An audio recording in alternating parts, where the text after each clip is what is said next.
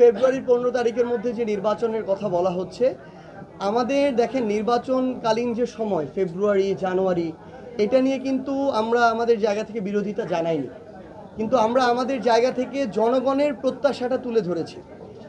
আমরা বলেছি যে মৌলিক সংস্কারগুলো যদি না হয়, জুলাই সনদের আইনগত একটা শক্ত ভিত্তির উপরে এই জুলাই সনদের ভিত্তিতে যদি নির্বাচন না হয়, এবং আমরা যে সংস্কারগুলোর কথা বলছি এগুলো সংস্কারগুলো সাস্টেইনেবল হওয়ার জন্য, আইনগত ভিত্তি শক্ত হওয়ার জন্য যে গণপরিষদের নির্বাচন, একই সাথে নির্বাচন উইথ গণপরিষদ, এই গণপরিষদ নির্বাচনটা যদি না হয়, এত বড় যে একটা গণহত্যা হলো, এটার যদি আমরা ন্যূনতম বিচারিক প্রক্রিয়ার দৃশ্যমান রায় আমরা না দেখতে পাই, তাহলে আপনি যেই সময়সীমায় বলেন না কেন, সেই সময়সীমা এটা জনগণের আকাঙ্ক্ষার সাথে প্রতারণা।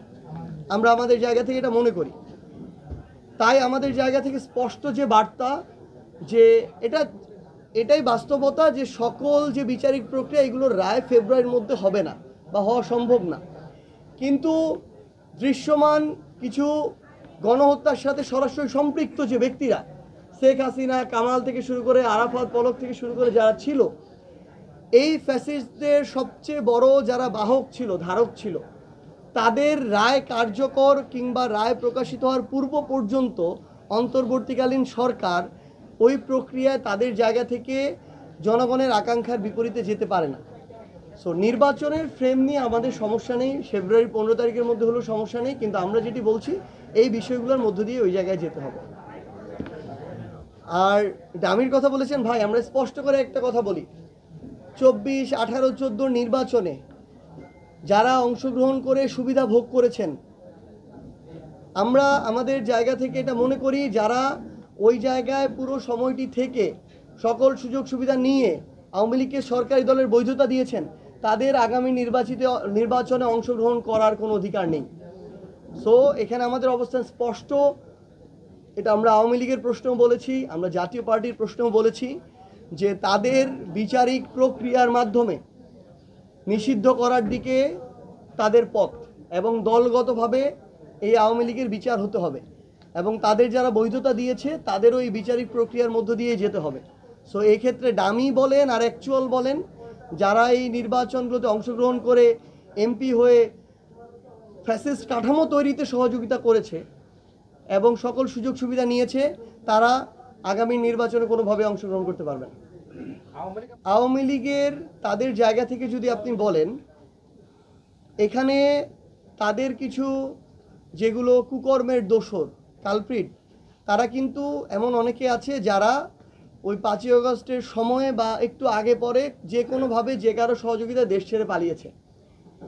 তারা যখন ওই দেশে এই ধরনের আবার অনাকাঙ্ক্ষিত এই ঘটনাগুলো সৃষ্টি করছে, আমরা মনে করি বাংলাদেশের পররাষ্ট্র মন্ত্রণালয়, অন্তর্বর্তীকালীন সরকার, তাদের পক্ষ থেকে ক্লিয়ারলি এই বিষয়ে অ্যাকশনে যাওয়া প্রয়োজন, এবং তাদের জায়গা থেকে আমরা দৃশ্যমান পদক্ষেপ প্রত্যাশা করি, যেটা নিতে তারা এখন পর্যন্ত ব্যর্থ হয়েছেন।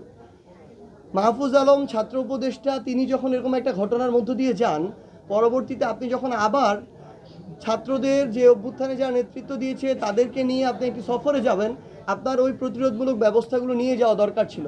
আপনি নেন না, এটা আপনার গাফিলতি, এটা আপনার সীমাবদ্ধতা, এই ব্যর্থতার দায় আপনার স্বীকার করতে হবে। কিন্তু আমরা চাই এর পরবর্তীতে শুধু দায় বহন করে আর বিবৃতি দিয়েই যেন আপনার পদক্ষেপ শেষ না হয়ে যায়। আপনাদের স্পষ্ট এগুলোর বিরুদ্ধে দৃশ্যমান ব্যবস্থা নিতে হবে, আমরা সেটার দিকে তাকিয়ে আছি। আর শাপলার ক্ষেত্রে আমাদের আলাদা অপশন আছে কিনা, আমরা তো আলাদা অপশন দিয়েছি, আমরা সাদা শাপলা দিয়েছি, লাল শাপলা দিয়েছি। যদি একান্তই তাদের অনেক বেশি Japan Bangladesh joint venture company JBS holdings limited কষ্ট হয়ে যায়, কিন্তু এটা সবচেয়ে দুঃখের কথা। অভ্যুত্থান পরবর্তী বাংলাদেশে একটা স্বাধীন প্রতিষ্ঠান, কোনো আইনগত বাধা না থাকার পরও আমরা মনে করি অন্য কোনো চাপের কারণে তারা এটা দেওয়ার মতো সাহস করতে পারছে না। এটা তাদের জায়গা থেকে আমরা মনে করি যে তাদের এটা একটা বড় ব্যর্থতা, যে এইটুকু সাহস তারা দেখাতে পারছে না ওই জায়গায়। তো আমরা নতুন করে আবার আবেদন করেছি, আপনারা দেখেছেন ইতিমধ্যেই, যে শাপলা প্রতীক তারা বলছে সংযুক্ত করা হয়নি, অথচ আমরা যেদিন আবেদন করেছি সেদিন থেকে তো তার এই প্রক্রিয়া যাওয়ার কথা ছিল, যেহেতু আমরা শাপলা চেয়েছি। আইনগত বাধা থাকলে কোনো কথা ছিল না।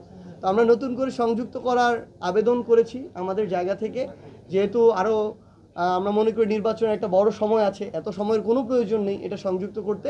আমরা আশা করছি যে অভ্যুত্থান পরবর্তী বাংলাদেশে কারো সাথে কোনো প্রভাবকের দ্বারা প্রভাবিত হয়ে ইনজাস্টিস হবে না। আমরা আশা করছি শাপলা প্রতীক সংযুক্ত করা হবে এবং আমরা সেটা মার্কা হিসেবে পাবো। হ্যাঁ, হতে পারে কোনো ব্যক্তির থেকে, গোষ্ঠীর থেকে, দলের থেকে, এজেন্সির থেকে, এটা হতে পারে, এটা তারাও ভালো বলতে পারবে। কিন্তু আমরা মনে করি এরকম একটা কিছুর কারণেই হয়তো তারা এটা দিতে পারছেন না। এই সীমাবদ্ধতা তাদের নিজেদেরই কাটিয়ে ওঠা উচিত। তাদের বিধিনিষেধ আইনে কোনো বাধা নেই, সকল ধরনের বিধিনিষেধ আইনগত প্রক্রিয়া যাচাই করার পরেই আমরা এই মার্কাটা চেয়েছি। ভাই, একটা রাজনৈতিক দল একটা মার্কা চাওয়ার আগে এই ন্যূনতম ক্রাইটেরিয়া তো চেক করবে, আমরা চেক করে দিয়েছি, এখানে আইনগত কোনো বাধা নেই। গণ অধিকার পরিষদ এবং এনসিপিতে আসার বিষয়ে তাদের পজিটিভ একটা চিন্তাধারা রয়েছে, আমরা ওই বিষয়ে পজিটিভ। আলোচনা চলছে, আলোচনাও পজিটিভভাবে এগিয়ে যাচ্ছে। এখন পর্যন্ত ফাইনাল সিদ্ধান্ত হয়নি, ফাইনাল সিদ্ধান্ত হলে পুরো দেশ আপনারা একসাথে জানতে পারবেন। প্রত্যেকটা রাজনৈতিক দল তার এজেন্ডা, উদ্দেশ্য, লক্ষ্য ভিন্ন। আমরা স্বতন্ত্র আরেকটা আমাদের জায়গা থেকে রাজনৈতিক দল।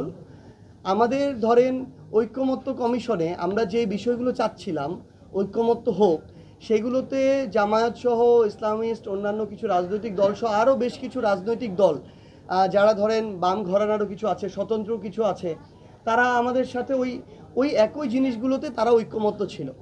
এই জন্য ওইখানে আপনারা দেখেছেন একইভাবে আমরা কথা বলেছি।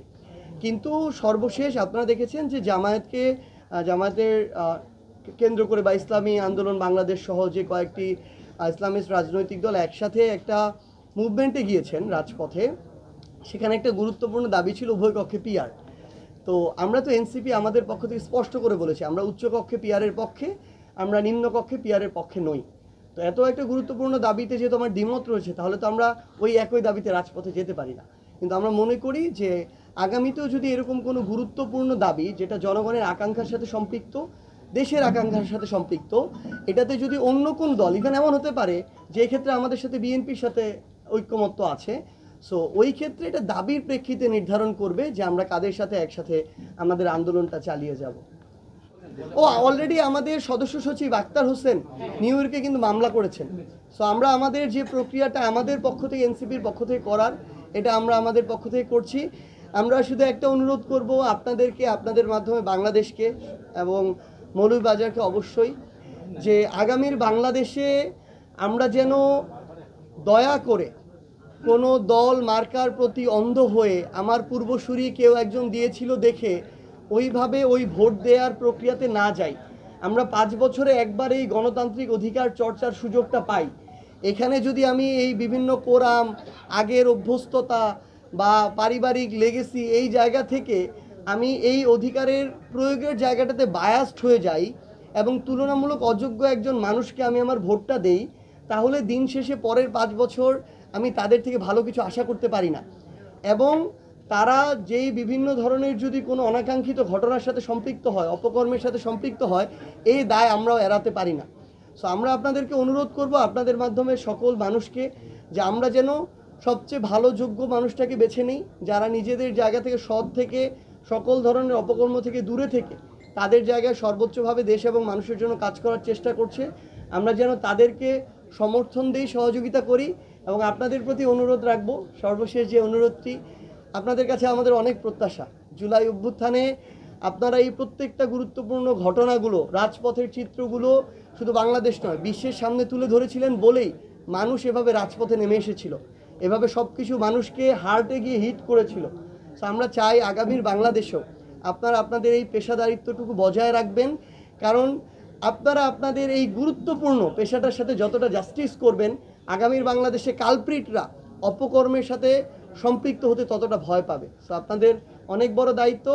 আশা করছি ইনশাআল্লাহ আমরা একসাথে আমাদের জুলাইয়ের কাঙ্ক্ষিত বাংলাদেশ গড়তে পারবো। আপনারা আমরা জেলা প্রশাসক মহোদয়ের সাথে দেখা করতে গিয়েছিলাম, কারণ উনি একটা জেলার প্রশাসনিকভাবে অভিভাবক এই মুহূর্তে, উনার জায়গা থেকে দায়িত্ব অনেক। সো আমরা যখন জানতে পারলাম যে আপনাদের ওই ডায়ালাইসিস সেন্টারে ডায়ালাইসিস মেশিনগুলো বন্ধ হয়ে আছে শুধুমাত্র রিএজেন্টের অভাবে, এবং এটা কিনতে হয়তো বা কয়েক লক্ষ টাকা থেকে সর্বোচ্চ 1 কোটি টাকা লাগতে পারে, যেটা দিয়ে পুরো জেলার মানুষ সেবাটা পায়, এটা না পাওয়ার কারণে তাদের সিলেটে যেতে হয়।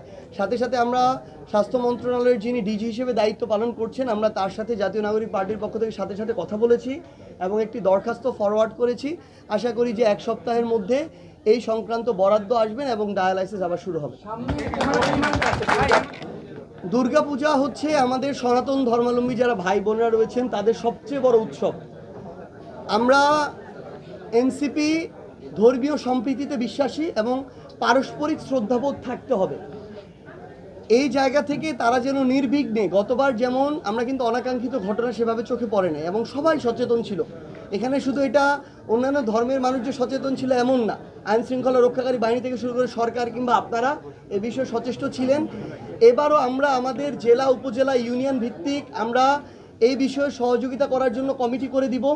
সকল ধরনের অনাকাঙ্ক্ষিত অপ্রত্যাশিত ঘটনা যারা করার মিনিমাম চিন্তা করবে, আমরা মনে করি আইন শৃঙ্খলা রক্ষাকারী বাহিনী তো অ্যাক্টিভ এবং তৎপর থাকবেই। আমরাও সাংগঠনিকভাবে, শুধু এনসিপি নয়, অলরেডি আমরা জেনেছি বিএনপি জামায়াত এই কাজগুলো করছে।